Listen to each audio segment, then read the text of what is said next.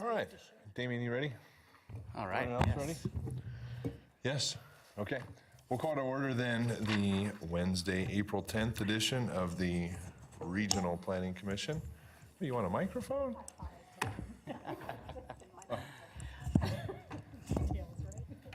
Damien, can we have roll call, please? Frank Peterson. Here. James Fewens. Here. Diane Vanderwell. Here. James Barnes. Here. Sarah Chavilicek. Here. Larry Chesney. Here. Ed Hawkins. Here. Kevin Weisky. Absent. And Peter Gower. Here. Thank you. Let's move on to item number 2, salute to the flag. And Commissioner Chavilicek, you have your microphone all set? You ready to lead the salute? Okay.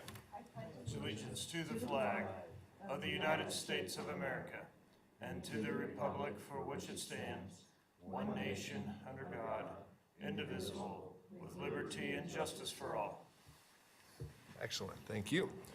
Move on to item number 3, approval of the agenda. Looking for a motion? Mr. Chair. Commissioner Vanderwell. I move to approve the agenda. Mr. Hawkins, second. Okay, I have a motion and a second. All those in favor? Aye. Aye. Anyone opposed? Okay, motion carries unanimously. We will move on to approval of the minutes. We have 3 sets of minutes this evening. First one, January 24th, 2019 RPC meeting. Looking for a motion. Move to approve. Commissioner Chesney. Thank you. Second. Thank you, Commissioner Vanderwell. All those in favor? Aye. Aye. Anyone opposed? Okay, motion carries for that set. Move on to the February 13th, 2019 set of minutes. Looking for a motion on those. Move to approve. Thank you, Commissioner Chesney. Second. Thank you, Commissioner Vanderwell. All those in favor? Aye. Aye. Anyone opposed? Okay, motion carries unanimously on that one. Last set, March 13th, 2019 set of minutes. Looking for a motion on those. Move to approve. Thank you, Commissioner Vanderwell. I'll second. Commissioner Chavilicek. Commissioner Chavilicek just beat out Commissioner Fewens there. All those in favor? Aye. Anyone opposed? Commissioner Peterson abstains from that one. And all of those carry. Thank you very much. Thanks for staff for putting those minutes together. Move on to item number 5, public comment. I have none for this item. Okay, thank you. We will move on to item number 6 then, business of the day. Apologies, I actually do have. Wes Griffin, did you want 6C or for item 5? I see both on here, so I just want to confirm with you. You just state your name when you get to the microphone there. Appreciate it. And I'm here to speak in favor of having the school development over at Wild Creek Golf Course to be considered as a project of regional significance. We maybe sound like a broken record, but we have been following this for about 2 years.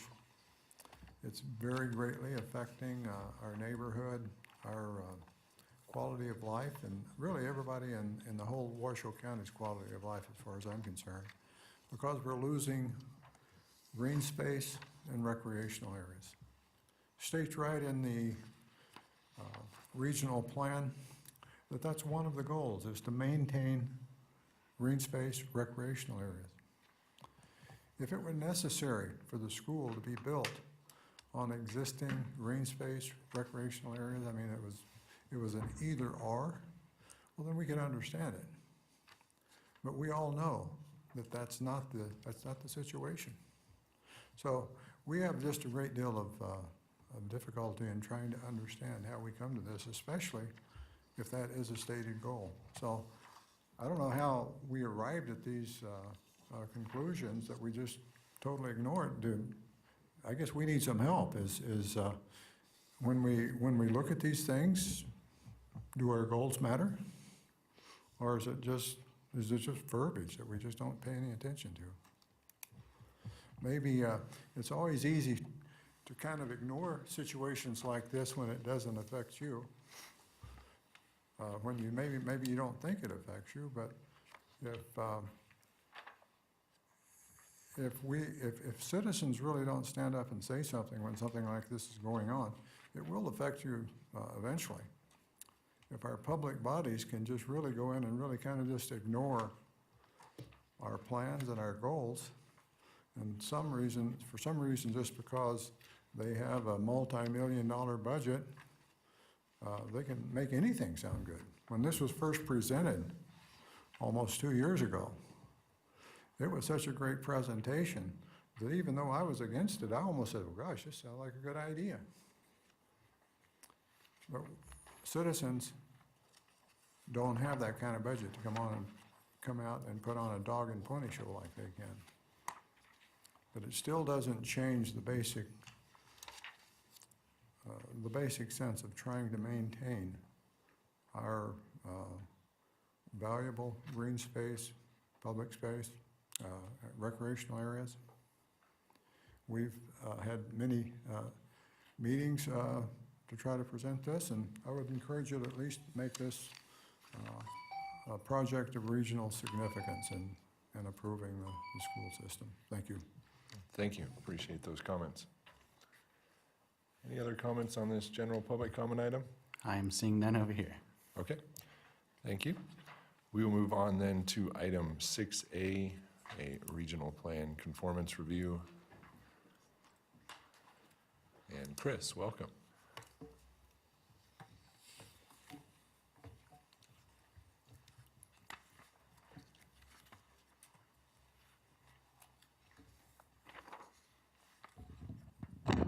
Good evening, Commissioners. Chris Tolley, Team RPA for the record. The case before you is a regional plan conformance review for a Washoe County Master Plan Amendment, Warm Springs Specific Plan, case number CR 19-001. Here's a regional location map showing the Warm Springs Specific Plan, which is a subset of the Warm Springs Area Plan, also shown on the map.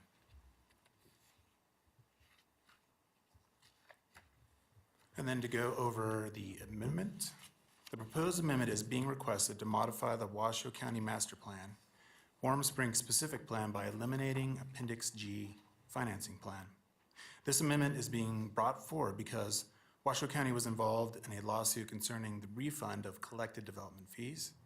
The Washoe County Commission directed staff to refund the collected development fees and modify the Warm Springs Specific Plan by eliminating Appendix G. Materials submitted by Washoe County indicate that the process for amending the Warm Springs Specific Plan will involve 2 steps. The removal of the financing plan, the subject of this conformance review case, followed by a wholesale review and amendment to the Warm Springs Specific Plan. Finally, any future request to modify the Warm Springs Specific Plan would be subject to a review by regional planning staff and the Regional Planning Commission to determine conformance with the regional plan. This slide shows the aerial imagery from 2016.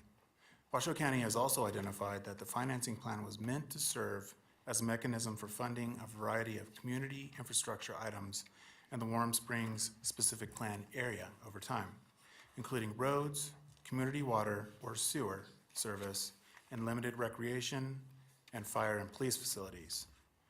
Washoe County also identified that little or none of the contemplated infrastructure has been built due to lack of adequate funding and/or need. As indicated on this slide, the Warm Springs Specific Plan is located partially in Washoe County's portion of the Truckee Meadows service areas and a small portion of the rural development area. And then to go over the review criteria, Policy 4.1.3 of the regional plan identifies 6 factors that the RPC must consider, which are listed on this slide. The review criteria most impacted by the proposal is number 4, public services and infrastructure. The result of eliminating Appendix G financing plan, as described by Washoe County staff, will require construction of or provision of financial assurances for required improvements at the time of final approval rather than at a later indeterminate time. As noted in the staff report, this is more consistent with the concurrency management policies. Additionally, considering the limited scope of the proposal, the amendment is not expected to modify the character of the surrounding area. This specific master plan amendment is not requesting intensification of land use. Any future changes to the Warm Springs specific plan will be required to be reviewed by the RPC and found in conformance with the adopted regional plan. And then finally, in relation to the goals and policies of the regional plan, regional planning staff has not identified any significant conformance issues and recommends approval of the proposal based on consistency and/or compatibility with the review factors listed in this policy. And then on to the suggested motion. You can find the suggested motion on the screen or on page 31 of your packet. This concludes staff's presentation. Team RPA and Washoe County staff are available for any questions. Thank you. Okay, thanks very much, Chris. Before I bring it back to the commission, I'll just ask if there's any public comment on this item. I have none for this item. Okay, thank you. I'll open it up then to the commissioners for questions to staff or discussion or a motion if there are no questions. Mr. Chair. Commissioner Chesney. I move to find the Warm Springs specific plan amendment to the Washoe County Master Plan in conformance with the 2012 Truckee Meadows Regional Plan based on the findings listed in the staff report. Thank you very much. I have a motion. Do I have a second? Second. Commissioner Vandenwell with the second. All those in favor? Aye. Aye. Anyone opposed? Okay, motion carries unanimously. We will move on then on our agenda to item 6B.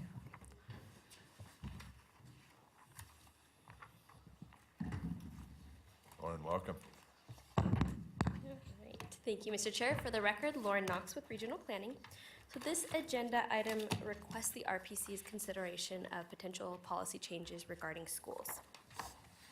So we've had this agenda item for quite a while now, so I'm going to provide a very brief context. I know we've kind of all seen this, but back in December of 2018, the Regional Planning Governing Board directed staff to bring an item forward to this body regarding the potential amendment of the Project of Regional Significance guidelines to include certain schools. In January, the RPC provided direction to staff to work on drafting a new resolution based on the feedback that was provided at that meeting. In February, staff provided the RPC and the governing board with additional information and update on the conversations that were had.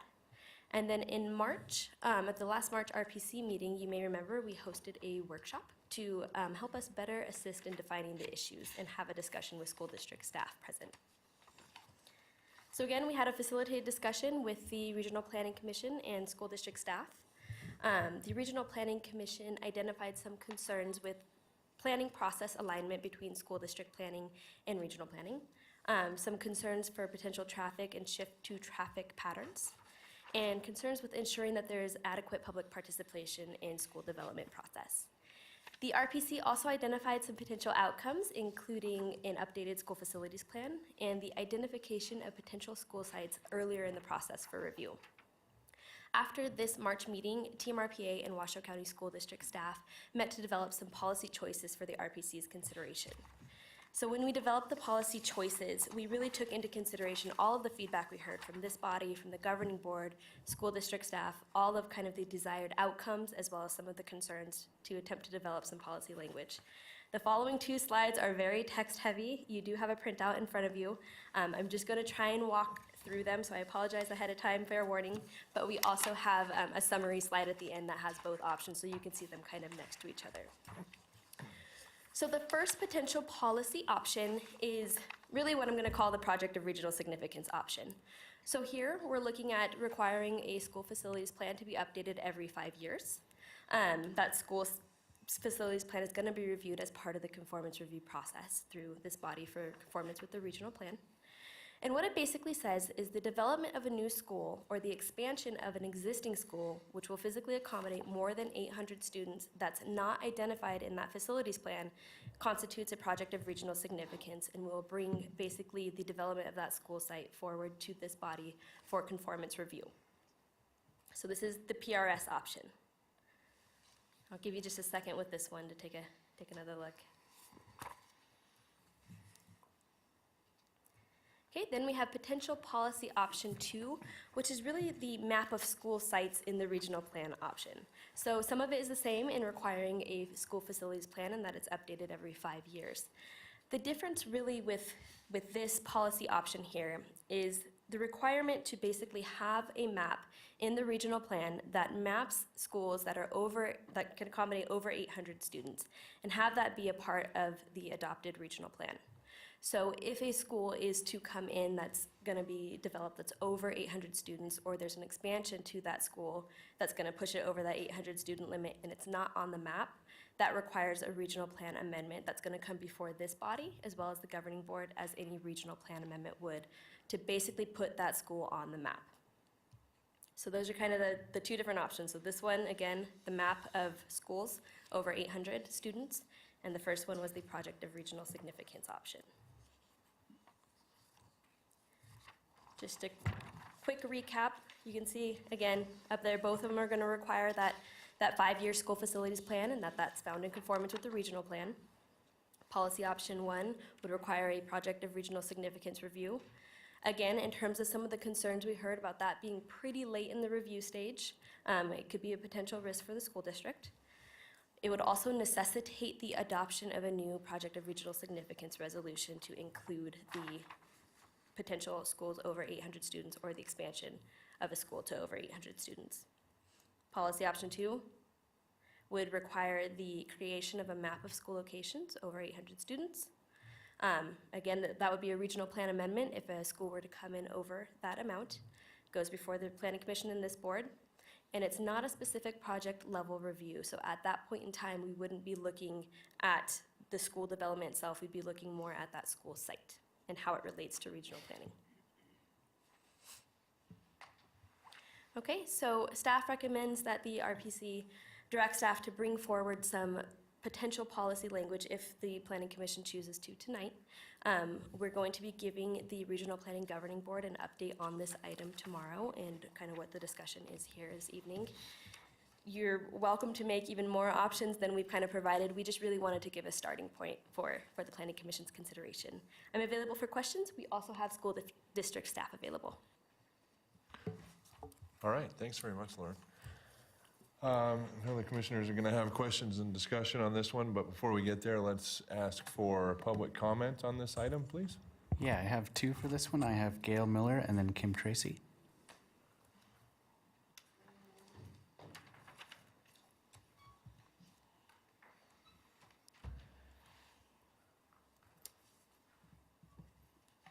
Hi, I'm Gail Miller. I live in Sparks, Nevada, and I'm trying to stick to this agenda item in general terms, and I would like to see at least high schools become projects of regional significance. And because I do live next to one that is proposed to be built in the near future, it is going to have a tremendous effect on my life. And I thought I would live there until the end of my days, and it may not be so because it may disrupt my lifestyle so much that I will have to move. And I really don't want to have to do that. If I had known about this earlier, perhaps it would have been better for me. It's an area where the jurisdictions all come together. It's in the city, the county has owned it. It also is going to have students from both the county and mostly Reno, but it's in Sparks. So it affects all the people, all the citizens, all the students, and the people that live nearby. So I think there are cases when schools should be a project of regional significance. And looking at the presentation, not really knowing it in detail, but I kind of think I like number one. Thank you. Thank you. And next up, we have Kim Tracy.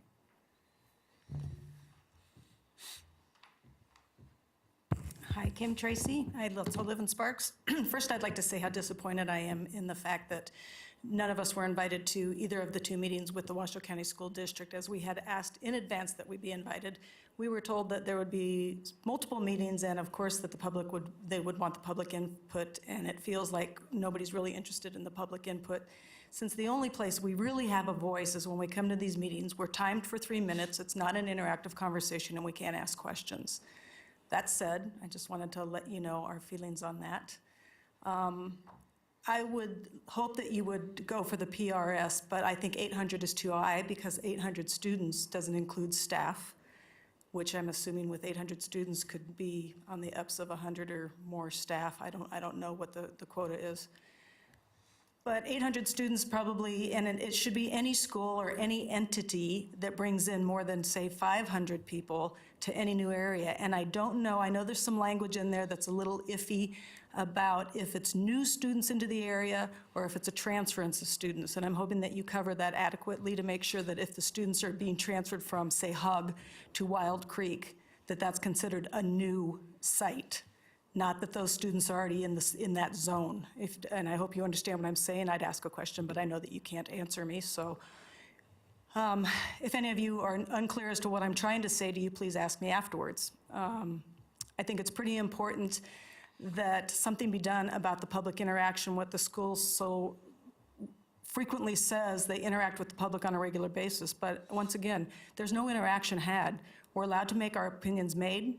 We get 3 minutes. There's no interaction. When we ask to be included in discussions and workshops, we're not included.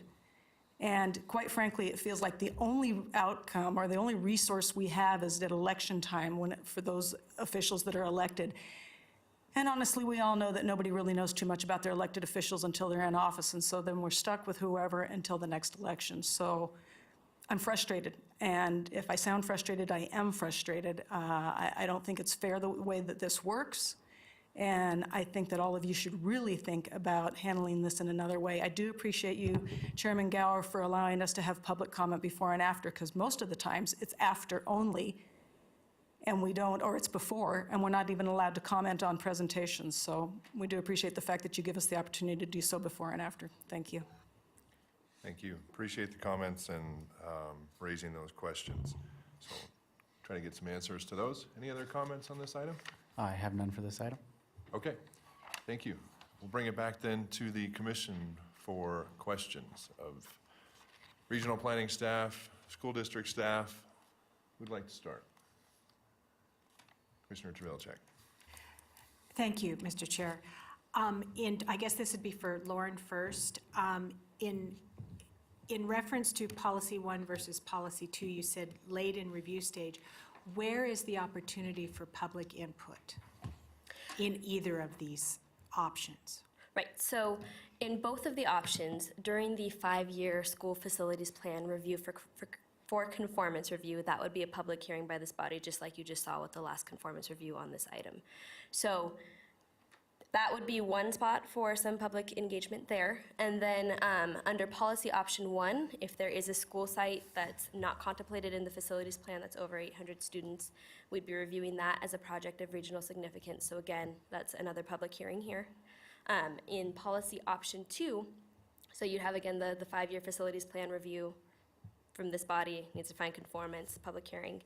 And then if there is a site over 800 students contemplated that's not in the plan, that's the map that's in the plan, which is actually derived from that facilities plan, then that would be a review by the Regional Planning Commission for a regional plan amendment, so that's a public hearing, as well as the Regional Planning Governing Board, which is again a public hearing for a regional plan amendment adoption. Okay. And because we've been going through plan update and my memory's a little fuzzy, but at the last meeting, I think we discussed the option, did we also discuss that the school district was out of compliance with its school facility plan? Or that they had not submitted a more current facility plan? Correct. They are working on the school facilities Okay. plan. We have been working in tandem with them on the policy language, and depending on what's chosen tonight is going to affect kind of what policies go into the regional plan, and then when we would see that facilities plan conformance review. And is there an option to, if the district does not abide by having their school facility plan in place, what is the recourse?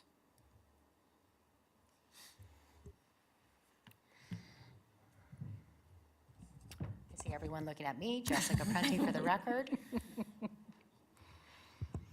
Well, it's incumbent upon, if we put this plan language in, either for the PRS or the plan amendment and a map, in addition, in conjunction with the school facilities plan, that will be our legislative language, essentially, from this body.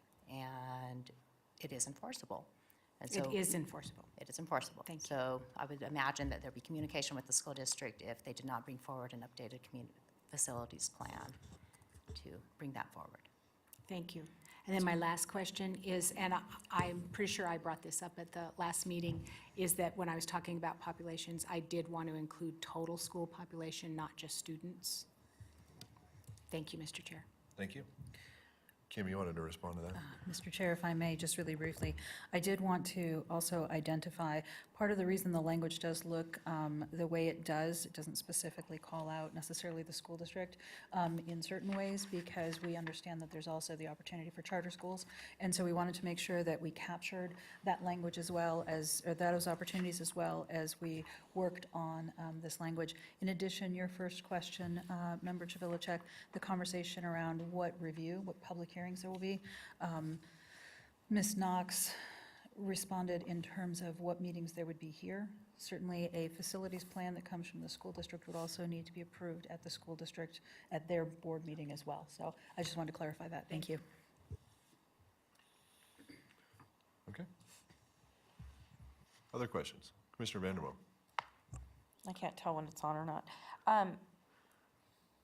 How did we come up with 800 students? Because I know we had discussed a smaller number, and previously how the policy was, is it was, if I remember correctly, 425 students. So I think it was 325 students, if I'm not mistaken, was the take that I know, Jessica, you provided some input on in terms of how that's actually reviewed, which is the increase from a housing development coming into an area, increasing students by 425. So then the number kind of bounced a bit. So at one point, it was up to a little over 2,000 students, just based on if we're just trying to look at high schools. And how we got to 800 was actually, this is the way to exclude elementary schools and have middle schools and high schools be able to be reviewed. Obviously, this could capture some other types of schools, but very generally in terms of school district staff's weigh-in, this would effectively exclude elementary schools only. Mr. Chair. okay. Okay. I would also like to identify that projects of regional significance are at a threshold of 938. So actually, this is a lower threshold than projects of regional significance as well. So it's a reduction from that perspective. That was one option we had brought to you at your March 13th meeting. So it is a reduction from that suggested threshold. Okay, and then I guess I have a follow-up question, because projects of regional significance, when we're looking at development, is over 40 acres. So does school district not fall within that? I'm unclear what the 40-acre reference is into. Maybe, Kim, do you have Maybe if Or I could maybe ask I'm a question. confused, I'm sorry. No, that's okay. In terms of the standards for projects of regional significance, I don't understand that there is an acreage limit on that. Maybe I'm misunderstanding Okay, the and I question. could Is there have, another way? and I could have mixed something up too, so, okay. All right, I'm good for right now. Okay. Mr. Chair, Jessica Prenti for the record. In response to Commissioner Vanderwell's question, I'm reviewing the project of regional significance guidelines, and there is nothing in there on an acreage requirement. Thanks. Commissioner Peterson. I'm kind of curious. Let's take, for instance, a new school coming into the area. Are they considered the students in that area as new students? And then are they allowed so many transfers? So what we're looking at with kind of the policy language up on the screen is a school site that's going to physically accommodate 800 students. So whether it's transfers or new students or students that have been there, if a site is going to accommodate more than 800 students, it would trigger one of these potential policy options. I could see myself that not only are some people going to be transferring into the new school, some people are going to be transferring out of that. So I would assume there might be an offset there. So that's all I wanted to clear up that one point. Thank you. Other questions? Commissioner Hawkins. Thanks, Mr. Chair. Did we notice the folks in the neighborhood for that last meeting? Because I'm going off of what this gentleman and lady said on the podium. For the March Planning Commission meeting, Yes. we followed our standard requirements per NRS for the open meeting law in regards to posting the agenda and having it on various websites in front of various locations, mailed out to those who requested, as well as electronic copies available to those who requested as well. Thank you. I've got a couple of questions. Regarding the 800 students, I understand that's the capacity of the school. How does the school district determine capacity, and how would the school district communicate that to regional planning? If you don't mind me deferring part of that question to Mr. Etchart.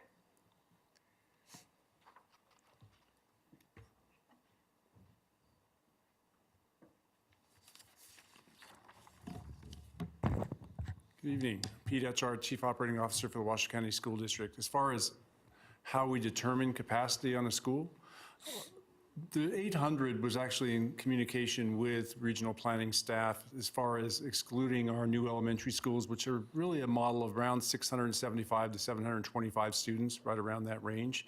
I mean, we use basically the attendance boundary that we actually have a demographer within the school district who looks at what we anticipate being the need for a school, and we usually try to base it on around that 675 to 725 students.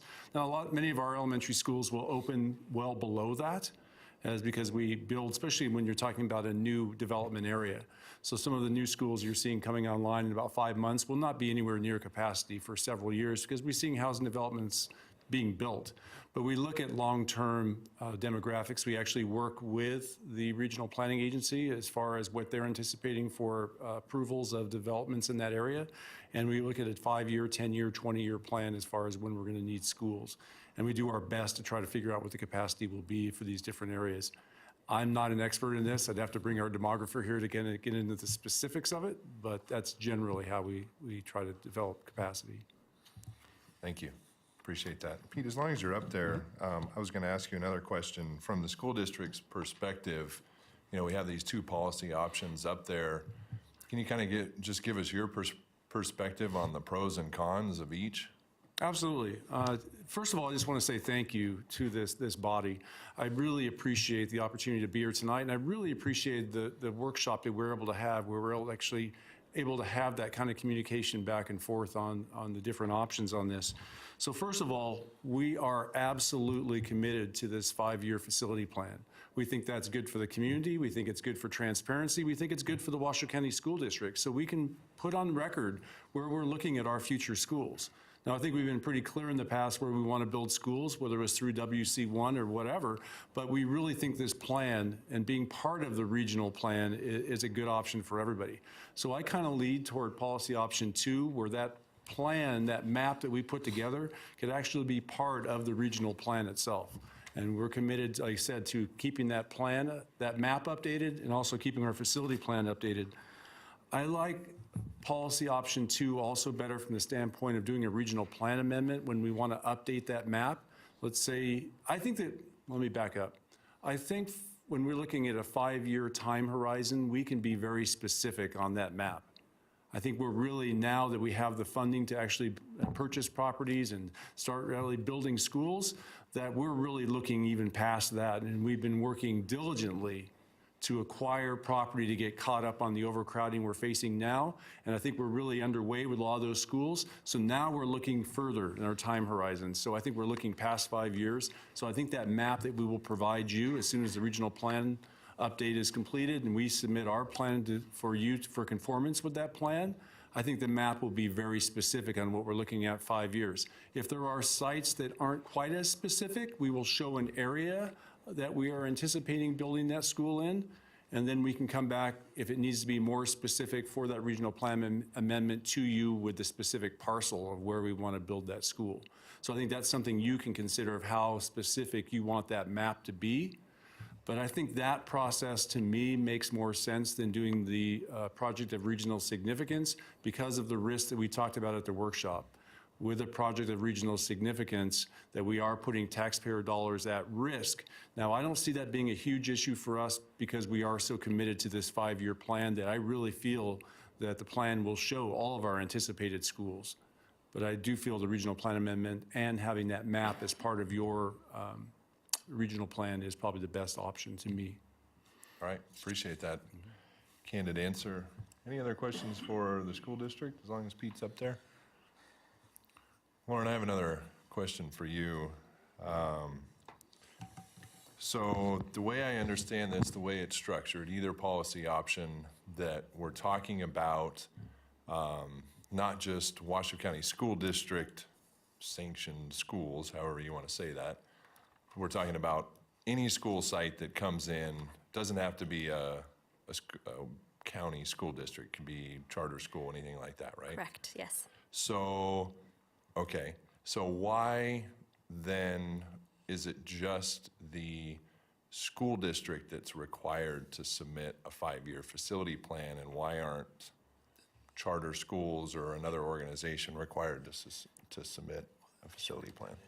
Sure. NRS actually contemplates that facilities plans from our affected entities, which includes the school district, come to the Regional Planning Commission for conformance review with the regional plan. So that's why that language is in there specific to Washoe County School District.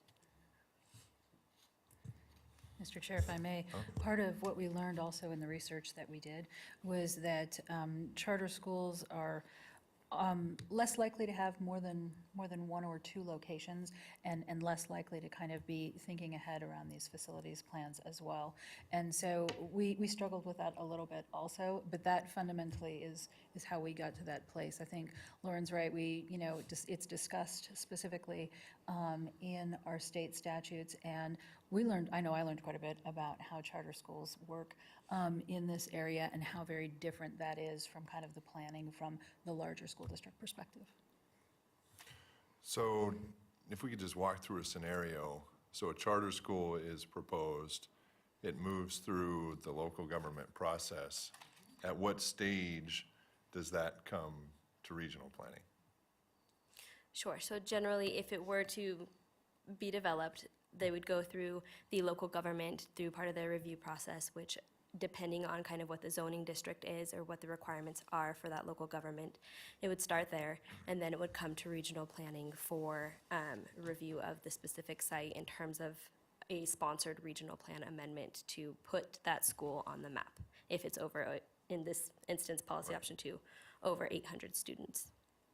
So in the case of policy option 2, then, it's whether it's not a conformance review where it has to go back to the local government. In that option, for either a charter school or a school district, that's the final step in the process, right? It gets put onto the map, and then there it lives. Correct. Okay. And a charter school could also, in that instance, come to the Planning Commission first to ask for sponsorship, if that's the route that they prefer to go, to kind of get that vetted area early, coming through this body to ask for a sponsorship and then move forward with the process that way would be another option. Okay. Last question. For the facilities plan, when it comes to regional planning, so it's every 5 years from the school district, but it's also after a regional plan update, correct? That is how is anticipated. We certainly have in state statute the obligation from the school district and other local governments and affected entities that they have to submit their master plans after we have a regional plan update. So even if, say, something happened and the timing shifted a little bit and the school district went at 4.5 years, if we adopted a regional plan after that, they would still have to bring that master plan, that master facilities plan back in for conformance with the new plan. So is the plan, the facilities plan, anticipated to be submitted before or after we have a new regional plan? I think Pete can certainly talk about kind of the timeline for that school facilities plan, but I did have a conversation with the school district regarding if policy option 2 were chosen and the school facilities plan is not done yet, that we would need to have a map in the plan to start with, and we would work with them through that until their facilities plan is basically brought to us for conformance review. But in terms of the actual facilities plan development, I'd defer to Pete for that one. Okay, thanks. Again, Pete Etchart, Chief Operating Officer, Washoe County School District. We have had those conversations. We were planning on submitting within 60 days of the plan, regional plan update. so afterwards, but we would be very open and we'll provide a map so it can be part of that regional plan update. Great. So we will provide that up front. Sounds good. Thank you. Any other questions or discussion? Mr. Chair, I have a question. Commissioner And it's Vanderwall. probably just a clarifying question. Between option 1 and option 2. So on option 1, with the school facilities plan, school district doesn't provide a map, but they provide one with option 2? So in the school facilities plan, there's generally a map or some sort of mapping component. So those areas are identified. In policy option 2, that map would live in the regional plan. It'd be largely probably based off of the facilities plan maps, but it would live as a part of the regional plan. Whereas in policy option 1, it would just be part of the school district's facility plan. Okay, thank you. Yeah, Commissioner Travilcik. Thank you, Mr. Chair. So just to go back to what Chair Gower's question was a bit ago in terms of, so what I think I heard you say is that right now, is because we're going through the update now, that with the update, a map will be there, and then the facilities plan will follow. Is that correct? Correct. And so if through the facility plan review, there is an item that maybe a school is not on that map specifically, then we'd be working through that. If it were policy option 2, we'd be working through that regional plan amendment process to get that site on the map. Thank you.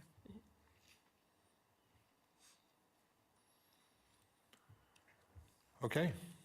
Any discussion or other questions? If not, I believe staff is looking for a motion this evening to provide direction on this to the Regional Planning Governing Board at tomorrow's meeting. As a comment, I lean towards option 2 myself because of the maps principles in that. Okay. Commissioner Fewens? Yeah, could you just walk, again, just through option 1 and option 2? Option 2 seems to me that there is more public input because there's going to be essentially 2 meetings that the public can come to. And with a project of regional significance, how many meetings typically are done on that? Sure. Generally, with a conformance review for a project of regional significance, it is 1. Obviously, if that's appealed, that changes that. But generally, it's 1, and it's through this commission. Thank you. So with one, I think this has been a great eye-opening thing for me because to have the schools are such an integral part of our community. And having kind of a 5-year plan and that is down on paper is so important, to my heart, so important because, and I've said this before, when we have plans that come forward for our jurisdictions on new housing developments and doing different things, and we get the letter from Washoe County and we don't know what's happening in that area for schools, which is near and dear to my heart, that now we have a plan, we have a 5-year plan, it's in there, now we have a map that says, okay, public, you can come, this is what's on the map, they can go and see that it's on the map, so they're not, without a better term, kind of hoodwinked that said, hey, now we're going to put a school in your backyard kind of a thing, to where now with option 2, there's going to be 2 public meetings that they can get educated on it. And hopefully there aren't any, right? That it's on the map, this is where it's at, public can go and see it and say, okay, this is where we're going. And then we can make better educated decisions on where we're putting our development because of that map. So I'm in favor of option 2 as well. Commissioner Mr. Jessup. Chair, I'd Or- like to propose a motion. Before you do, I just want to say that I want to echo what Commissioner Fewens said, and seeing the similar process and approach used for the utility corridors and sites, putting those on a map and providing that information up front, I think has worked pretty well. And in terms of a process of being able to review those and see those, I mean, that I think increases, at least for me, my level of confidence in policy option 2 and, seeing how that has worked over the years. So I just wanted to put that on the record. Appreciate the comments. If there aren't any other discussion Mr. Chair, points. if I may have one more comment before Commissioner Chesney makes his motion. So he might consider in that motion to say total population of 800, so it includes staff and students, and that. I thought, well, this is a motion to, the way Well, I we're understand it, providing it's a motion for policy staff language. to bring forward a proposal to us. So I would leave that up to them. I would like to be on the record to include that it's an 800 population, not Okay. just students. So you want to add that to the motion? Why don't you make the motion? But before we get to the motion, if that's going to be part of the motion, I'd like to get some clarification from staff and the school district of how rolling staff into the equation, because it's my understanding the 800 is just student capacity of the school. So how would it change it, Pete, if we rolled in staff? Again, Pete Etchart, my concern with 800 including staff is now we would probably be triggering elementary schools. When we originally had conversations with regional planning, we were at 938. We voluntarily said, let's make it 800 because that kind of makes it a lower threshold, but it won't include elementary schools, and we're comfortable having it lower. But if we're going to include staff, and I can't give you that ratio off the top of my head of how many staff we have at elementary, middle, and high school, but my concern would be if we have a 725 or 750 student elementary school and we include staff, that all of a sudden we will be bringing all elementary schools under this purview. And I believe the conversation was we wanted to exclude elementary schools, neighborhood elementary schools. Chair Gower, then with consideration of that, because I did write down here, is that policy option 2 would be specific to high schools and middle schools and use a total population threshold of 800. And if I'm understanding this, is that we're directing staff to giving them language for suggested policy to move forward. So Commissioner Travilcek, you're saying basically an either or, you're saying 800 students. With staff, right? Or Well, okay. including staff? yeah. So I'm suggesting that we add to policy option 2 that is specific to high schools and middle schools, if that's doable. So you're saying something like on this slide in that third bullet, you're saying if a new High school. middle or high school or school expansion of over 800 students.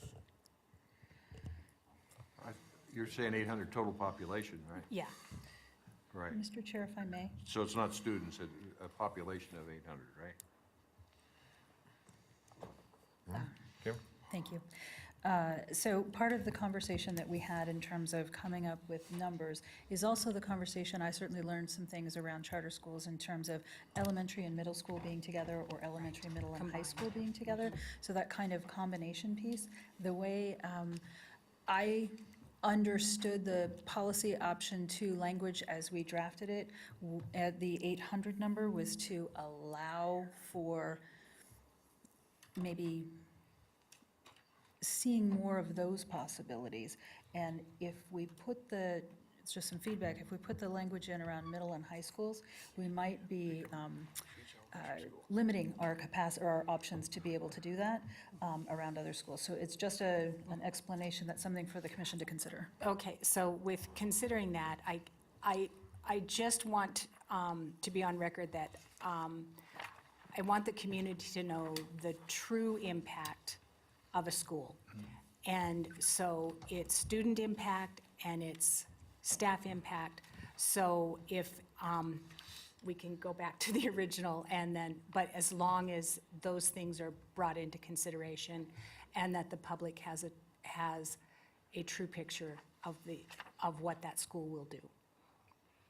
Thank you. Thank you. Commissioner Chesney. All right. If there are no other questions or, okay, I think you're up. All right. I move to direct staff to bring forward a draft policy change of option 2 with the change of .3 in the option to state that a population of 800, that's in total, including staff and students. Regarding schools or certain types of schools, to the RPGB for comment and direction. Is that perfectly confusing? Yes, it is. Well, that's, I want to make a change to option 2, to point 3, that right now it reads of over 800 students, that it would be 800 total population. That includes staff and students. Okay, so you're saying students and staff? Yeah, Okay, staff and students. staff and students. Students and staff. Okay. However, whatever makes yours a little hard, go pitter patter. So the motion is to bring policy option 2 up with a change in point 3, that it's a total population of students and staff. Understood.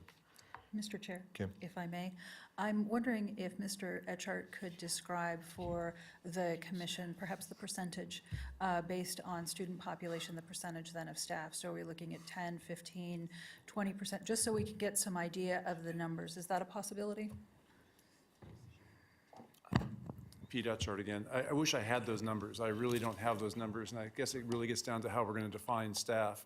I mean, obviously, we have the site-based teachers and principals and all that. We also have bus drivers that bring, we have nutrition services workers that come to the site and then leave. We have, deliveries. We have so many different staff. We'd have to really define what it is with staff.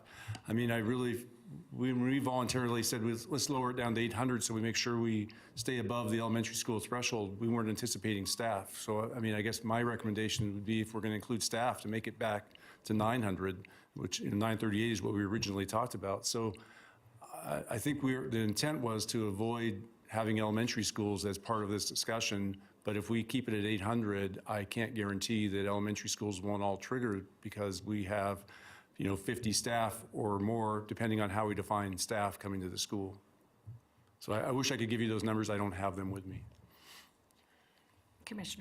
Chair Gower, if I may. Yes, please. Because I'm the one that brought up this issue, and I apologize for convoluting it, but I am satisfied with 800 students, with the acknowledgement that in reports and such, that it is outlined,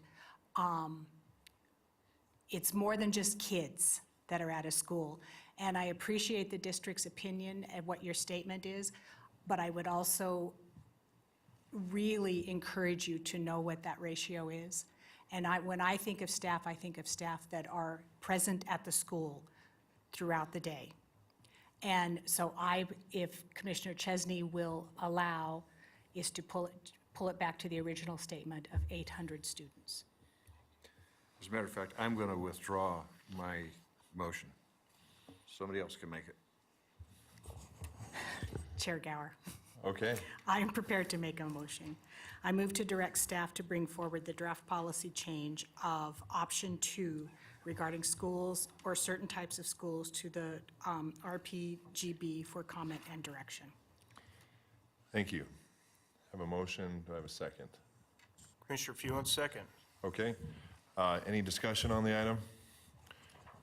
Just a point of discussion, as Commissioner Chesney was going down the road, and I appreciated that discussion. I wouldn't have been able to support that with the students and the staff. I think that's kind of a tricky equation to be able to put in there. But I would request, and maybe this can go on the record to the governing board tomorrow, that as part of the facilities plan, that the school district clarifies that with a school of 800 students, that there's an understanding as part of that of what the staff impact or contribution to that school looks like in that facilities plan. So that lives as part of the regional plan.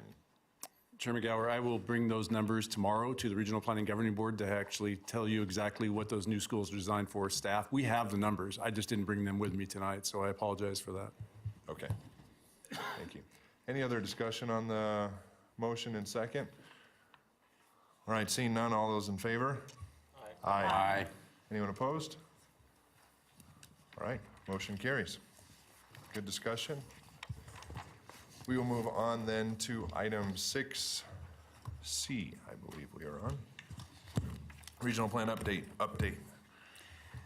Thank you, Mr. Chair. And this item will be presented to you by myself, Lauren Knox, and Jeremy Smith. And I'm going to kick this off tonight. So I'd like to start by sharing with you a little bit of the way we've been thinking about the building blocks, if you will, of the regional plan. And you'll see here, we're going to go through each of these, but you'll see it on this pyramid format. We are going to share with you kind of our supportive efforts, our foundational work, our scenario planning, some of our engagement, our policy evaluation at the very top of the pyramid where it says draft plan. That's where we are right now. As you know, we have been reviewing draft version 1 of the policies, not only with yourselves, but also with the Regional Plan Update Working Group and with the Regional Planning Governing Board members as well. So one of the reasons that we wanted to bring this item forward to you today is there are a couple of things that have popped up. One is we have been working on a list of what we're calling polarizing issues in terms of where the 3 jurisdictions may not entirely agree on the approach. We anticipate, and we've talked about this, I think, with each of you in our sessions, we anticipate that there are going to be many items in the regional plan update that we will be able to determine and sort out on a staff level, and there will be some items that will need to come to you as the technical board for the Planning Commission, and there will also be some items that may go from you to the Regional Planning Governing Board to be able to get some feedback and some thought process around this. So we are going to introduce the polarizing issues sheet. It's at your seat tonight. We aren't going to talk about them tonight. We're giving it to you now because we want to have we have on your calendar a special meeting in 2 weeks. I know I've put that on all of your calendars. And it will be in a workshop format to go through those polarizing issues. You will have TMRPA staff available to be able to ask questions of, and we have invited staff from the jurisdictions as well as the other members of the Regional Plan Update Working Group, which includes RTC, the Western Regional Water Commission, and the school district. So we thought the format of the event that we hosted with the school district, that workshop format, seemed to work really well, and we wanted to take the opportunity to do that again. So one other piece that I want to raise for you is, if you'll turn to page 53 of your packet, we have also received a letter from City of Reno staff regarding some concerns on the process and the timing for the regional plan update. As the commission that is responsible for the update in state statute, it is our responsibility as your staff to bring this issue forward to you and allow you the opportunity to discuss if you have any concerns. You can talk about it today. You can talk about it on April 24th, your special meeting, because we'll be taking the conversation to the April 25th governing board meeting. You can choose to not provide us any feedback. You have lots of options. Some of the pieces that were identified as concerns in the letter were the request that, I believe, let me quote this, "We recommend and request taking the time to engage in a thoughtful, productive, and participatory policy development process. We believe that building support for the updated plan is more important than approving an updated plan by June 2019. Okay. So, as I said, we'd like to take you through some pieces here, and you'll have some opportunity at the end of the meeting to provide feedback as you desire. Really quickly, I'm going to reground us in the conversation around how we have developed the plan over the past 18 months. And you may remember we received funding for the regional plan update. We were approved for funding in June of 2017, and we had our first consultant engagement in October of 2017. And the reason I'm bringing that up is we were kind of engaging, or we're kind of describing this as our pre-consultant engagement. So we certainly did work that we would categorize as capacity building for the organization ahead of that time frame. And then following the post-consultant engagement is when the regional plan update process really formally began. We are at approximately 18 months into the formal process for the regional plan update right now, and previous plans have come in at about 24 months when they have done a major update.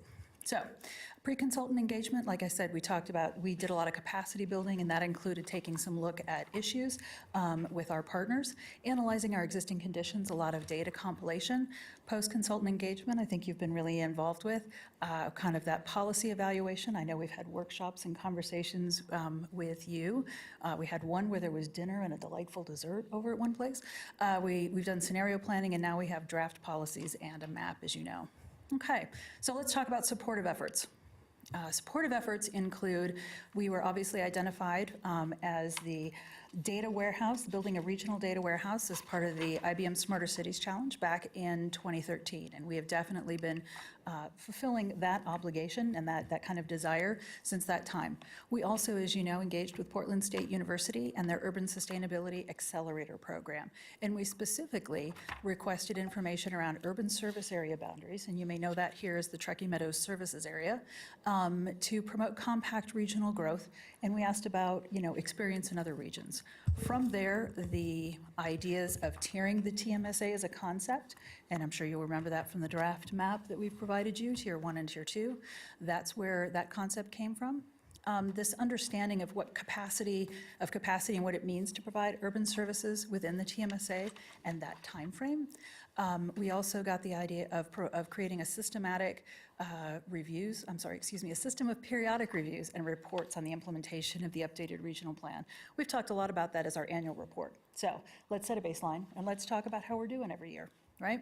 And finally, one of the conversations that really struck us as part of our work with Portland State was the importance of using historic realities and expert opinions for growth forecasts. Some of our previous plans have been, the population growth has been more aspirational in terms of some of those projections, and they really emphasize the fact that, we need to focus more on attainable and growth forecasts.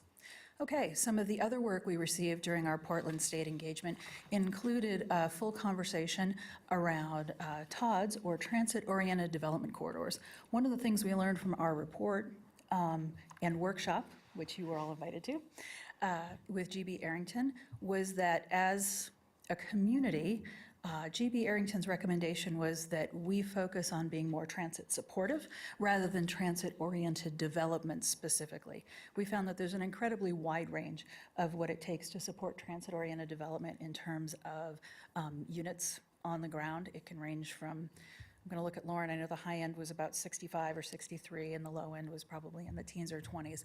But GB Arrington really identified that the size of our community and the way it's geographically structured, transit supportive was a more effective approach in terms of the conversation for us.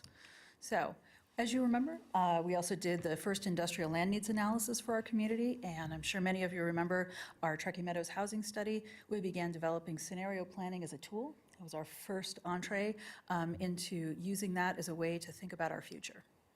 Okay, so that's supportive efforts, and now we're going to move into foundational work, and I'm going to turn this over to Lauren. So for the record, Lauren Knox with Regional Planning. So the foundational work really helped to guide the beginning of the regional plan update process. So looks like a lot's going on here, but basically what this timeline really shows is there's a variety of items and activities that we did. You can see on the top of that timeline there. These include things that are specific like issues identification or policy evaluation. We're going to get through each of those pieces throughout this presentation, so you don't have to focus too much on them now, but just to show there's quite a bit of stuff up here.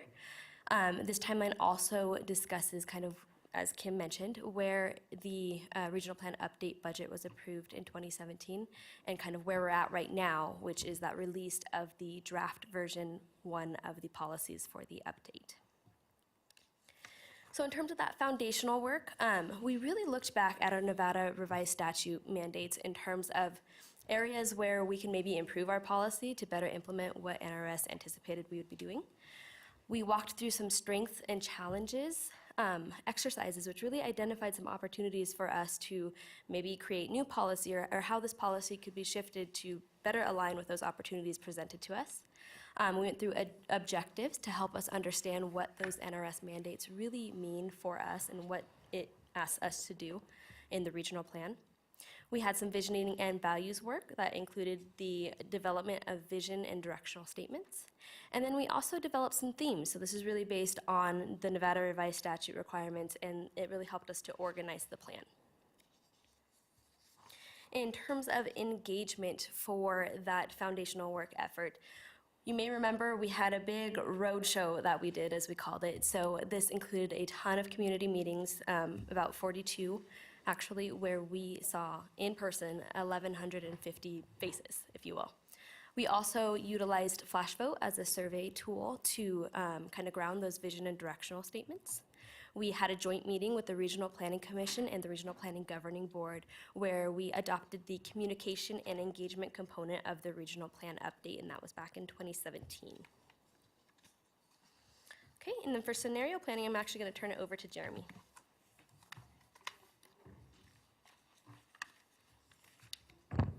Good evening, Jeremy Smith, Regional Planning for the record. So scenario planning, yes, several stages that we got to go through for scenario planning. We started really with the concept of a baseline assessment, which was really trying to use all of the data compilation work we had done in the industrial land needs analysis, the housing study, to bring together everything we could think of that related to land use and development. So the tracking that we do of approved future units, for example, where water and wastewater lines are, where schools are, you know, where do we have all these different kinds of facilities, census information, constraints information like slope. In fact, when we initiated this process with the Regional Plan Working Group, we created a viewer that had over 100 layers of data in it. In fact, I think I showed that here, and you guys had access to it as well. And so it was, there's quite a bit of information out there. Obviously, sometimes it's difficult to filter through all of that and find something meaningful. So we moved on to the next stage, which is really our characteristics that affect development, or CTAD tool. We sort of used to refer to it as suitability. But we've sort of moved on, and we've created a hexagon framework that allowed us to take those pieces we had assembled in that baseline assessment and compare them in a way that is even across the landscape, 40-acre hexagons. So we get that stuff all bundled in there, and then all of a sudden, we have the ability to differentially weight these items, right? So that we can see, okay, if we are interested in distance to water and wastewater, for example, that's the thing that we think should be, you know, interesting to us in terms of where growth ought to go next, then we can turn the dial up on those things, weight them heavier, and that will influence then the development priority lens that gets created. You may remember that we had 2 specific development priority lenses for the scenario work, scenarios 3 and 4 specifically, the smart greenfield and the infill. One was called, I believe, infrastructure proximity, and the other was live, work, play, right? And they created these different guides to how we could imagine the future. We also sort of referred to that as the thought machine. I will tell you that we have been attempting to try to get that functionality back up on the web and in your hands so that you can actually do the differential weighting. We had a bit of a snafu with our old server, which had been around since 2011, and we ended up having to get a new server, which now we have fully operational again. And so look forward soon to seeing that capability available to you online. Okay, after that, there was a process to adopt goals for the regional plan. We did look to all of the feedback from stakeholders in the community and yourselves that we had gotten to try to put those goals together. Also looking at, as Lauren mentioned, state statute. One of the main reasons to put those goals together is it makes sense to have goals in a plan. But also we wanted to specifically be able to link the evaluation of the scenarios we were creating to a set of goals. And so we did that. You may remember there was a matrix of 18 different evaluation criteria that ranged from items such as land utilization, the number of housing units that have been approved, the housing mix, so what kind of products are we building, wastewater generation, student generation, water hookup fee costs. I did a poor man's Zillow, if you remember, we valued all of the properties. So there were many evaluation criteria that we looked at there to understand the impacts of the 4 scenarios we created. And I brought, again, the posters that we've used in some of our engagement and, you know, in order to communicate this to you guys, where we've looked at 4 unique scenarios of how our region could grow over the next 20 years. And we used those 18 evaluation criteria to understand how one scenario future would impact our region differently than another, or maybe the same in some instances as well. And so looking at those impacts, we created the 4 scenarios, classic, McCarran. Those were from the housing study. We updated them a bit for the regional plan update process. And then, of course, again, the smart greenfield and infill scenarios. We also, in that scenario evaluation and creation process, created an online MetroQuest survey, which hopefully many of you or all of you took, and weighed in on that. I don't know if this is true, but one person from the outside told me it was the best survey they'd ever taken. so I had to get that on the record. Basically, the infill scenario was the most preferred scenario from that study by far, or from that survey. And we had about 830 respondents to that survey. So finally, taking all of that together, all of the information that we got from the surveys, from the impact assessment, from dealing and talking with you guys and the public, we built what is called the regional form map, or that lists the regional land designations that have been described as part of the regional form policies. There's 2 drafts of that exist right now. It's by no means finalized, just like the draft policies are not finalized. But the idea was really to kind of lean into that favoring, that preference for the infill scenario. And further, to attempt to really look back as a touchstone to our NRS mandate to look at, God, my notes are all messed up here. Let me read the language so I don't mess it up. Limit the premature expansion into undeveloped areas and to classify the density and intensity of development based on the projected necessity and availability of public facilities. That's what our NRS mandate asked for us to do. And so using that scenario information, understanding those differential impacts, allowed us to start to have that tiering or form map conversation and understand where we think that we should have different types of review and different types of intensities for land development processes. I will mention also that that's really for future discussions, because there already has been a public process, and everything that we put out there on our website in terms of approved future units, they are approved at some level. Okay, so there was engagement all along the way as well, right? As I mentioned some of it. So we did this kind of fun thing where we hosted food for thought lunches, and we had folks from private industry come and folks from local governments and affected entities come, and we gave a rundown of the scenarios. We engaged with the online survey, as I mentioned. That's the 835 respondents. We hosted a really neat community conversation at the Discovery Museum where we had the posters and we got some feedback. You can see the dots on there where we talked about the scenarios. I will add that during that conversation, the feedback we got in terms of the preferred scenario was very much mirrored what we got in the survey afterwards. We've gone and presented to certain community stakeholder groups such as AGC, hosted joint RPC and RPGB retreats. You guys were there, so you probably remember that. And we've had several meetings and discussions with the Regional Planning Working Group, local staff from the local governments, where they have actually been able to provide us their thoughts on how these characteristics that affect development ought to be weighted, how that then can be realized in the mapping. So there was the scenario rundown. I'll pass it off, I think, Lauren. Yep, policy evaluation. All right, so policy evaluation and development. So really, I'm going to kind of split these up into 2 different ones. This first slide really talks about policy evaluation, and then we get into the development piece. There were a lot of activities we did to help us evaluate the 2012 regional plan policies, as well as develop the 2019 policies, draft policies. So one of the first things we did was this activity in major subjects. So we tried to identify, okay, what in the 2012 regional plan is kind of a major item in there, and what is the priority in terms of what it could look like? What are some issues we see just right off the top? Again, this was pretty early in the process. We had basically the working group go through those with us and kind of help us identify these pieces, as well as prioritize kind of how do we deal with all of these different changes if needed.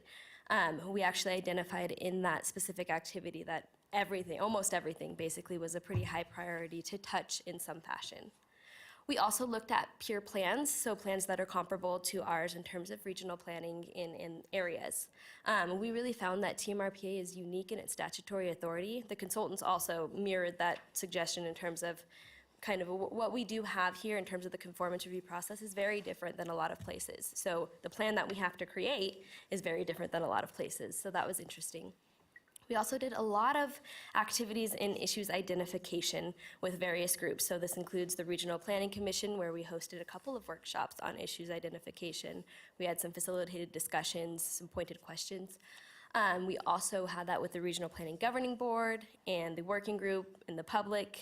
We had some surveys out there in terms of helping us to identify what are the issues we're facing and how are we going to best address them.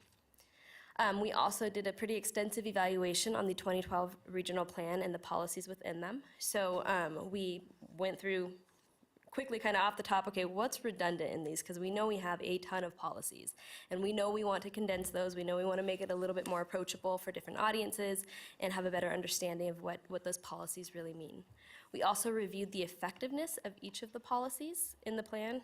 Every single policy basically had a discussion about, okay, what's working, what's not working, and the Regional Plan Update Working Group also had the opportunity to comment on all of those policies and see kind of where Team RPA staff was at on those pieces as well. Again, we utilized the 2012 Regional Plan as the baseline for developing the draft version 1 of the 2019 Regional Plan policies. You'll see that in that policy crosswalk that you have as part of your packet that Kim had mentioned earlier.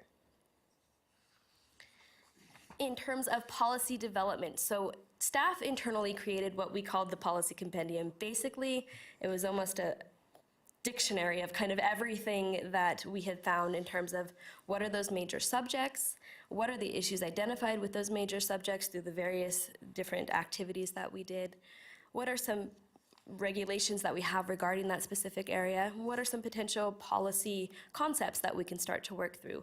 That helped staff internally with the consultant group guide us to creating these draft policies. We also then, after we drafted the first version of the policies, which again, draft, we compared them to the Nevada revised statutes to ensure that we're kind of meeting our mandates, as Jeremy pointed out earlier. We created that policy crosswalk, that comparison. Again, 2012 plan was the baseline. Right now, we currently have version 1 of the policies out for review. We've met with many of you already from the Planning Commission. We've also met with Governing Board, and we're working through some of these items with the working group, as Kim mentioned. We have identified some of those kind of polarizing issues that we know we need to hone in on. So we're working through that. And we're going to take all of that feedback, all of the comments we received. We received a lot of really good feedback to help us craft version 2 of the draft policies. So in terms of engagement on policy evaluation and development, these are just kind of the highlights. There's a variety of things, but in terms of highlights, we had some surveys. We had the Regional Concern Survey, the Quality of Life Survey, and a Housing Survey. This reached approximately 2,700 respondents, which is pretty good. We had various workshops with the Regional Planning Commission and Regional Planning Governing Board. We've had many individual meetings with the Planning Commission and Governing Board, as well as local government staff and affected entity staff as well. And we also plan to have a second community conversation for engagement with other stakeholder groups and the public. So again, all these building blocks are really driving us to create the draft 2019 plan. In terms of that draft plan, we're working through some of these pieces, but what it generally is going to look and feel, you can see kind of on the slide there. It's going to have some introductory material, as all plans do. We're going to set the stage, so that talks about Team RPA's background, what's our authority, kind of that baseline information. A regional vision for growth chapter, which really is describing the scenario planning process we went down and how we used it as a tool, what it meant, and what is the community's desired vision based on that scenario planning process that we took part in. Implementation of the regional vision is really kind of the policies. How do we get from square one, which is our kind of desired vision as a region, to square two, that doesn't even make sense, but to get to that implementation of the new policies. We also anticipate having a work plan, so that's going to have items like you've seen probably in the policies already. So we need to craft that public infrastructure investment plan or the natural resources work, the very specific work. Also, as all plans do, an appendix with all the boring stuff, right? The definitions, the index, amendment tables, any pertinent resolutions, the kind of hidden stuff. So overall, for the working group, in terms of engagement with the Regional Plan Update Working Group, we had about 36 meetings over kind of about a 2-year period at this point. We talked about many topics you can see up on the screen. All of these things were again incorporated into many of the activities that we had done. Overall engagement too, we've touched on some of these points, but again, 42 community meetings to start with. We were really trying to drive people to our website, get them to sign up for our newsletters, take our surveys. We had over 3,500 participants in surveys total. We had those food for thoughts, we had community conversations, and we had over 25 meetings with this planning commission and the governing board to help us work through kind of these regional plan update pieces. So some key overall changes. There's going to be some changes to the plan structure and the look. We're going to be including scenario planning as a tool as we've been doing through this entire process. That's very different than the 2012 plan has. And cleaning up some of those policies, so eliminating the redundancies, kind of reducing them, making them more approachable to various audiences. And then there are some key policy changes, which they're better described in that policy crosswalk in terms of being very specific. But very generally, a key change to the consensus forecast includes including it into the plan itself. Right now, it's kind of its own document, and it also has some rules in the governing board regulations on procedures, so we wanted to put those all into one place and provide some clarity on the idea of jurisdictional splits and the disaggregation of data. There were refinements to the TMSA, including the introduction of land uses and the concept of tiering. Jeremy kind of went through some of those pieces already. Also, the idea of the decoupling of the sphere of influence and the Truckee Meadows service area. So right now, there's 3 different service areas, one for each of the local governments. And the idea through the beginning of this plan process was to have a non-jurisdictional approach to the regional plan, and that was a desire that we've worked through. We also talked about the removal of the transit-oriented development and regional center designations. So we replaced that concept with the idea of the core area designation. That's based on the information we found from the Todd workshop, as well as the shift in the local government master plan. So the Reno master plan and the Sparks master plan updates had significant shifts to those Todd areas and regional centers, so we're trying to reflect that as well. Also, we wanted to stay regional in terms of what is it that we're looking at. Let's stay at that 30,000 foot level instead of getting down to those very specifics in terms of implementation of those types of plans. We also have some changes on how public facilities and services are reviewed. So the replacement of the concurrency management system with a list of regional services and standards that would accompany them for this body to be able to look at during a conformance review process, as well as a work plan item to jointly develop this public infrastructure investment plan to get a better understanding of regional services and facilities. So with that, I'm going to turn it back to Kim. Thanks very much, both Jeremy and Lauren. So I'd like to highlight the policy crosswalk package that starts on page 61 of your packet. What it has is kind of an executive summary of the policy changes for the 2019 Truckee Meadows Regional Plan policies. Following that, you have a complete packet of the change from 2012 regional plan policies and the explanation of changes that were made and the corresponding or related 2019 regional plan policies. We've provided you with an additional draft of the 2019 draft policies. There's still the February 13th that you received previously, but they are, we've provided those for you so that you can take a look at them.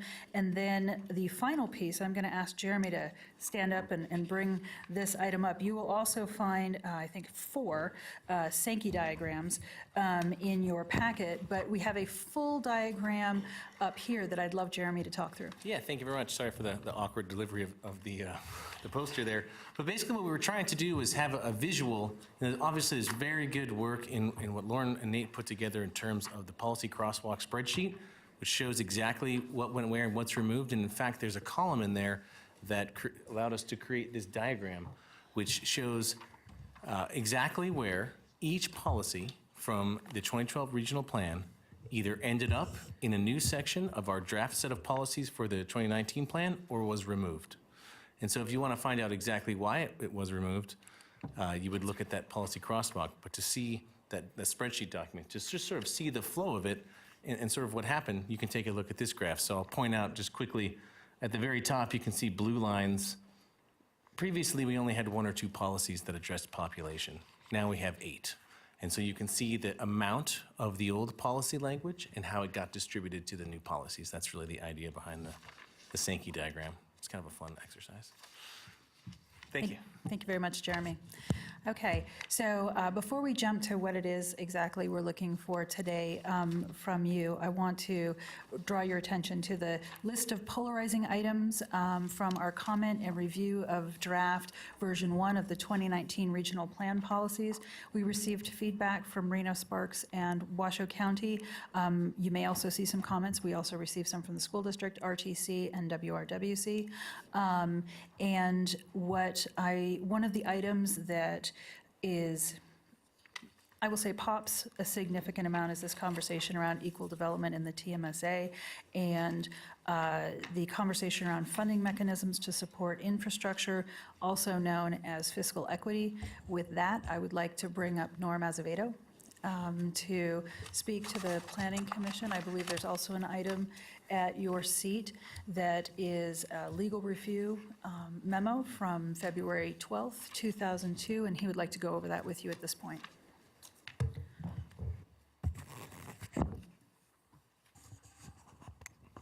Chairman Gower, members of the commission, for the record, Norm Azevedo. For those of you that I used to represent when I sat in Ms. Prunty's chair, it's nice to see you again. For those of you that have come on since I did that job, it's nice to be in front of you, and it's a pleasure. You're engaging in the update, which is a difficult and arduous process, and as part of that, there are legal parameters that we share with staff often, and I wanted to share those with you. And the memorandum that is at your desk dates back to 2002, which in and of itself, just from a timeline perspective, is alarming for me. It goes back 17 years, but in essence,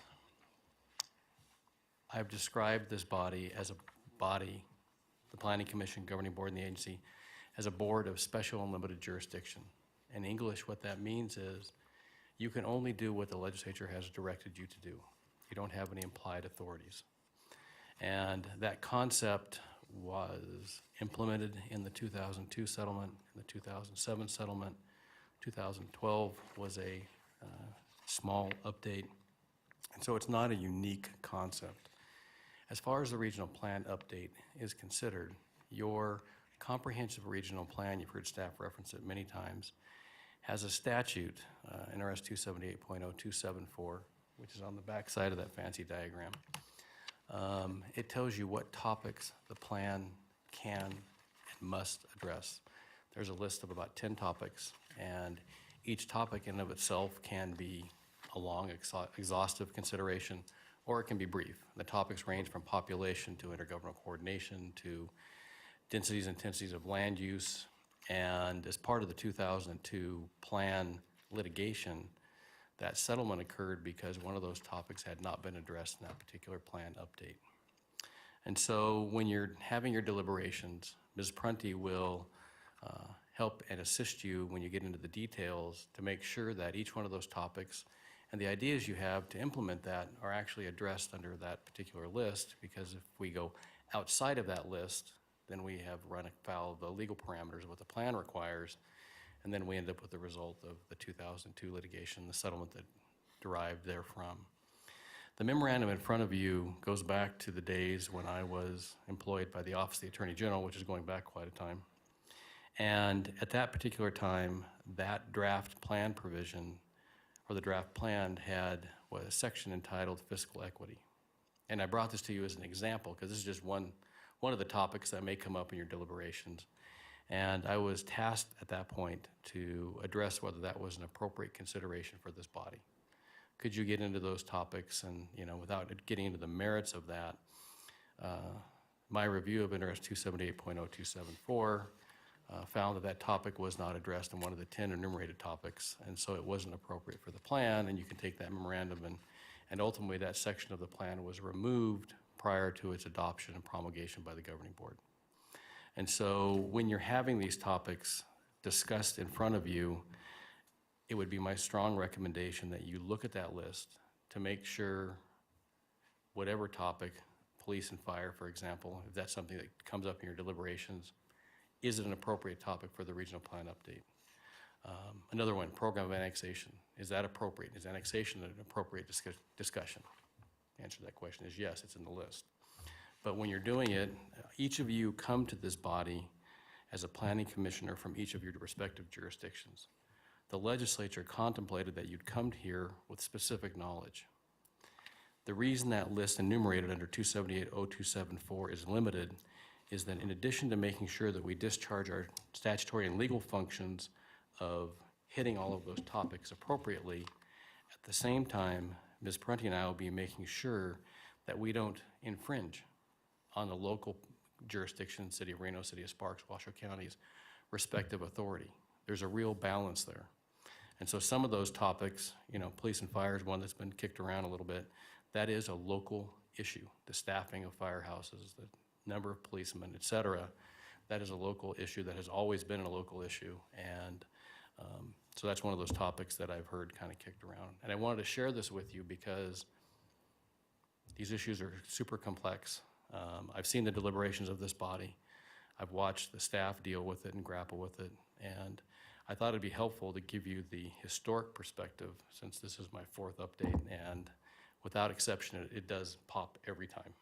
And so if there's any questions, that's great. And if not, it's a pleasure seeing all of you. Thank you, Norm. Great to see you as well. Thanks as always. Mr. Chair, I'll Yes. go ahead and finish up the presentation really quickly here. Thank you again, Mr. Azevedo. So in terms of, again, the conversation this evening, you have your list of polarizing items. This is a conversation we want to have with you in a workshop format on April 24th. We're giving them to you tonight so you have the opportunity to connect with us ahead of time if you'd like to talk about them, or anybody else regarding that. Okay. The next bullet says we're suggesting the special meeting for the workshop format. That is something that your chair has identified would be a good use of that reserved meeting date, and I know that I have put that on your calendar. One other thing to note is that we will continue to work with the Regional Plan Update Working Group between now and then to work through the list. I thought we had a very good meeting last Thursday, and by list I mean this list of polarizing issues. We had a very good meeting last Thursday. It was a 2-hour session, and we got to have some really good conversation. We're scheduled for another one next Thursday. Tomorrow we have a governing board meeting, so that was not amenable to doing a 2-hour session then. But we are also meeting individually with each of the jurisdictions we have before. We're asking them for that again. And we will be bringing back the results of that to you at your April 24th meeting. As I mentioned previously, there will be a special Regional Planning Governing Board meeting on April 25th.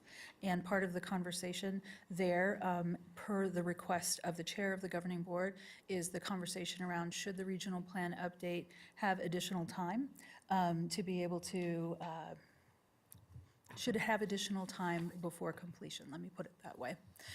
So today, your options are to provide us feedback if you like, not provide us feedback. Say you're going to provide us feedback on the 24th, give us some today, and on the 24th, you have lots of options.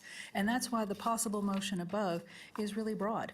But we are looking for any information or feedback that this group, which is, again, the commission that is identified in state statute as responsible for the regional plan update, any feedback that you'd like to provide to us this evening.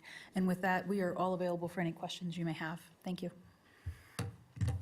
Thank you, Kim, staff, Norm, even though he left. Great. Great overview. I think that was really helpful to just get a refresher of where we've been and what amount of effort went into to get to this point in time. And I would certainly welcome at this point feedback, questions of staff. Chair Gower. Commissioner Chvilcek. Thank you so much. This was very enlightening. I mean, I know I've been doing this since 2016, but it just really kind of pulled it all together. And I know that people have come in and out of this process, but most of us here have been doing this since 2016. And it has been a very thoughtful process. Yes, definitely at times a little bit frustrating, but it was very helpful tonight just to be reminded again that the legal finding that was done in 2012 or 2000, is it 2002? When was it? 2002. 2002. do these military things.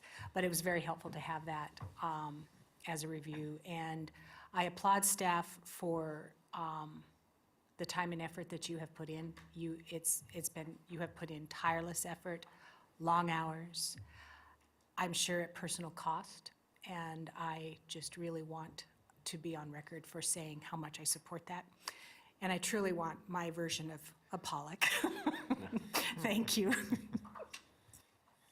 Thank you. Great comments. Other feedback? Commissioner Weisky.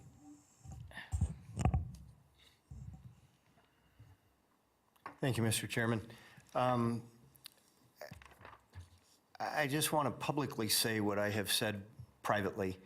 And Kim, I've had this discussion with you, but this update's very important. It's as important as any individual update for any one of the three agencies. And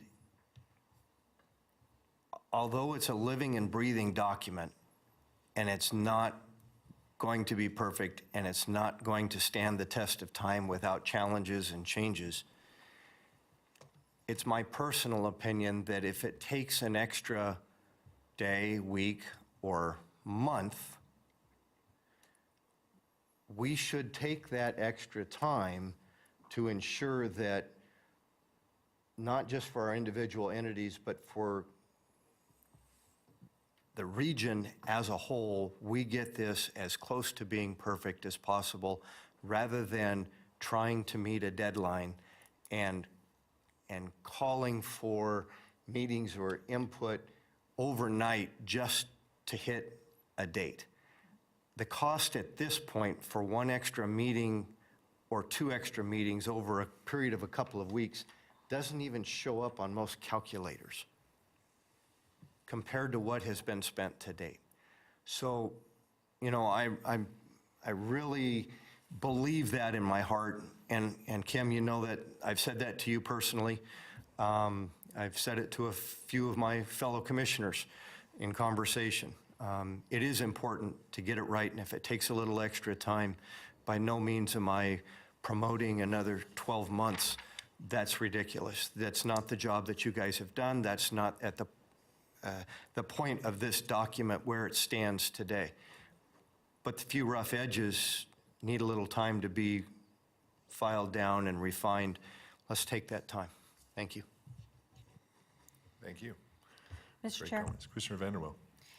I'm going to echo my two fellow commissioners, and I appreciate it, as this is the second regional plan Commissioner Weisky and I have been blessed to be a part of.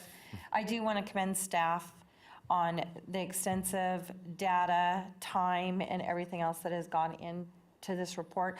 I think it's very, very important. Our region has changed so much since 2012, and I am going to also agree with Commissioner Weisky. If it takes another day, if it takes another week, or possibly another month, we do need to get this right.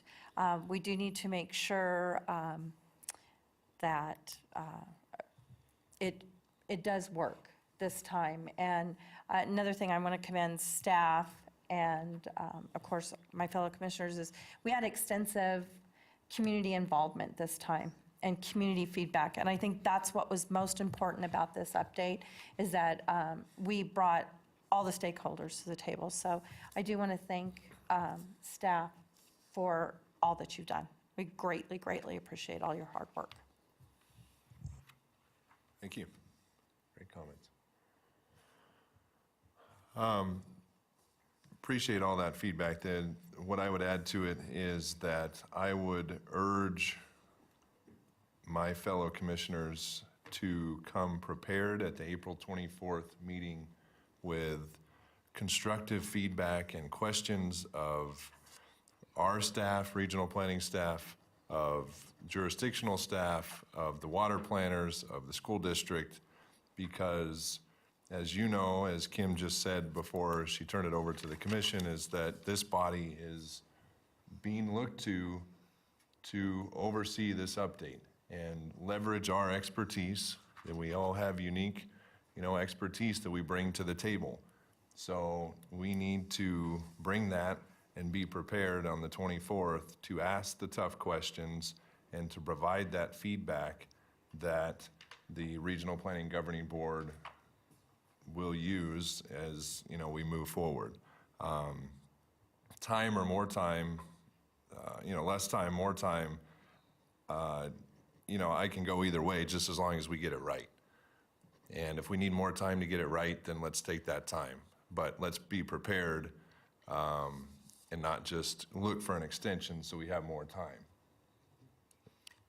Chair Gower, if I could add to that, is that, and I would support having more time to do this as long as this was done transparent and authentically and not somebody or, an entity or a jurisdiction or someone with sour grapes wanting to delay the process. We've put a lot of effort into this, and I do support that we can take a little more time. But I agree with Commissioner Weisky, not a year, not 6 months, because we have put a lot of effort into this. And as all of my commissioners, most of my commissioners, probably all of you now know that community engagement is critically important to me and community input is critically important. So thank you very much.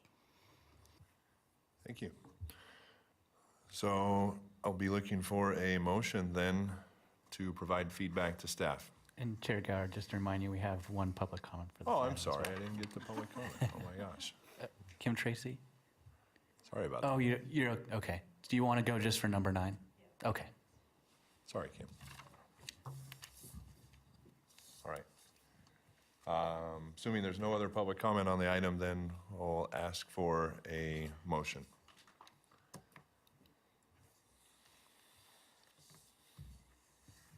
Mr. Chairman, Commissioner Weisky. Commissioner Weisky.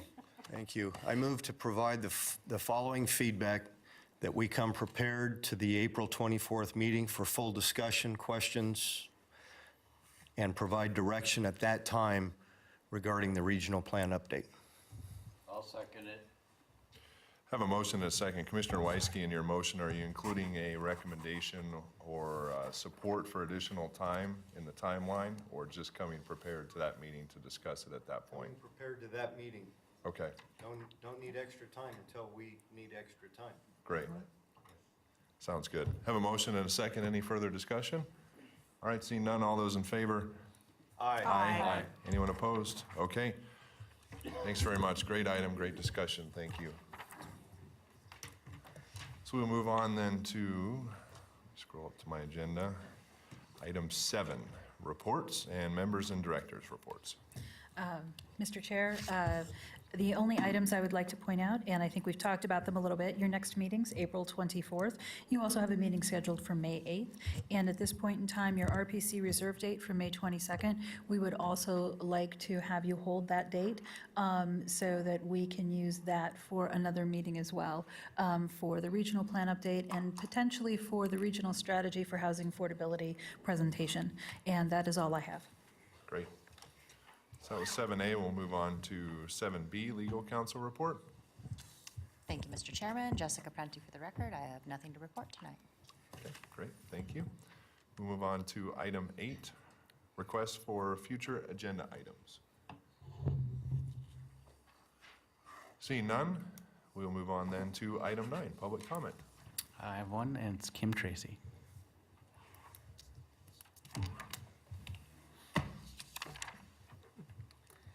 I am on a quest to make myself as unpopular as possible tonight. But again, I want to express some frustration. I believe somebody asked if there had been notification made to those of us who are interested in going to that workshop with the WCSD. And am I correct? Oh, I know you can answer. And I'm sure I'm not placing blame on anybody, but I specifically asked, some of us did, we're signed up for the emails, we didn't get an email notification.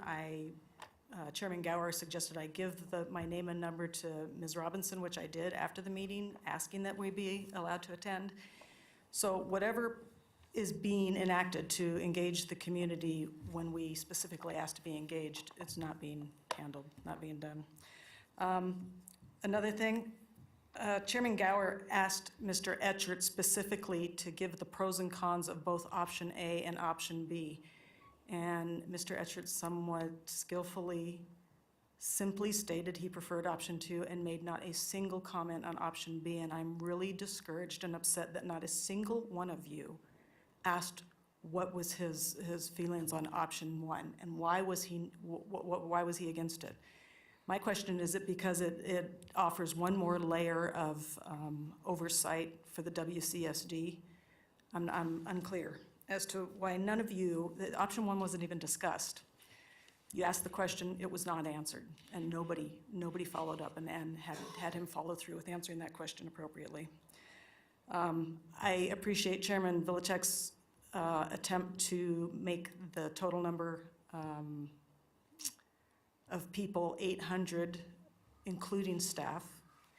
I'm not sure why we're trying to eliminate elementary schools from this, first of all. What difference does it make? Anytime you bring in 800 to 1,000 extra people to any area, plus the staff, plus or minus the staff, it's a significant effect on the surrounding areas. So why is it so important to eliminate elementary schools from the schools being PRFs? And if it is so important, why can't you inject separate language for that? I'm unclear, and maybe I'm completely in the dark and uneducated, but this is the problem with the process that we have because none of you can explain maybe things that we are asking over and over again. So I guess the only other question I have is there going to be any language at any point that includes if the 800 is exceeded at any future date? What happens then? Just something else I'd like you guys to consider. Thank you. Thank you. And Kim, just for clarification, the comments going to, sorry, Ms. Robinson. Sorry, forgot we had two Kims there. Just for clarification, the Regional Planning Governing Board meeting tomorrow will look at this, right? The PRS that was mentioned in this item, the feedback that comes in public comments will be, how is that being incorporated into the meeting record that they will review on such a short time frame so they can incorporate those type of comments? Absolutely. So the best approach, since the meeting's tonight and the RPGB meeting is tomorrow here at 2 p.m., is for staff to be able to summarize what was discussed here. I took a list of the questions that Ms. Tracy just asked, and we will share with the governing board the feedback that we received tonight to ensure that they get the full conversation. Okay, thank you. Appreciate that. All right, any other public comment? I have none. Okay, how about written correspondence? There is none. And I will accept a motion for adjournment. What a second. All those in favor? Aye. Aye.